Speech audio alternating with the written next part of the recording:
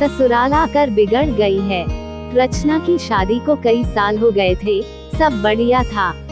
छोटी बहू होते हुए भी वो बड़ी का हर फर्ज निभाती थी, क्योंकि बड़ी बहू तो आते ही अलग हो गई थी।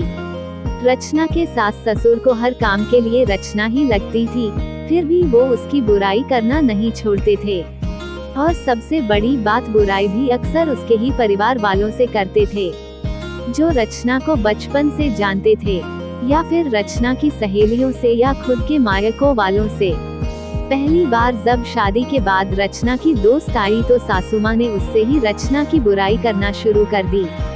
जब रचना को पता लगा तो उसने अपने पति नीलेश से कह माँ जी को समझवा दिया था कि कम से कम जो लोग उसे जानते हैं उनसे तो उसकी बुराई कर खुद की जग हसाई ना करवाए।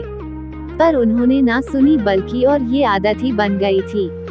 आजकल तो अक्सर ये कहती कि रचना तुम पहले ये काम अच्छा करती थी, अब नहीं करती हो, फिर भले ही वो कोई भी काम हो। रचना की बुआ उसके ससुराल आई थी, तब सासू माँ की किटी पार्टी भी थी। वो बुआ को भी साथ ले गई और आदतना सबके सामने ही रचना की बुराई करने लगी। कहने लगी, रचना पहले सब अच्छा करती थी, पर अब कोई काम ठीक से नहीं करती, ना ठीक से रोटी बनाती है, ना सब्जी, ना अच्छे से कपड़े पहनती है, ना बच्चों का ख्याल रखती है। वो और कुछ बोलती इससे पहले ही रचना की बुआ बोल पड़ी, लगता है ससुराल में आकर बिगड़ गई है, क्योंकि हमारे घर की तो वो बड़ी बेटी है और सारा घर और ऑफिस दोनों अच्छे से संभालती थी और बड़ों से लेकर बच्चों तक सभी का ध्यान भी रखती थी। आपके यहाँ आकर बिगड़ गई है। ऐसा कीजिए, महीने 2 महीने जमाईसा के साथ उसे मायके भेज दीजिए, हम सुधार कर भेज देंगे।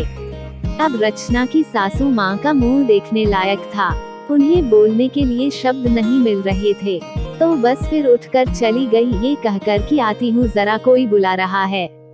और रचना की बुआ जी बस मुस्कुरा रही थी।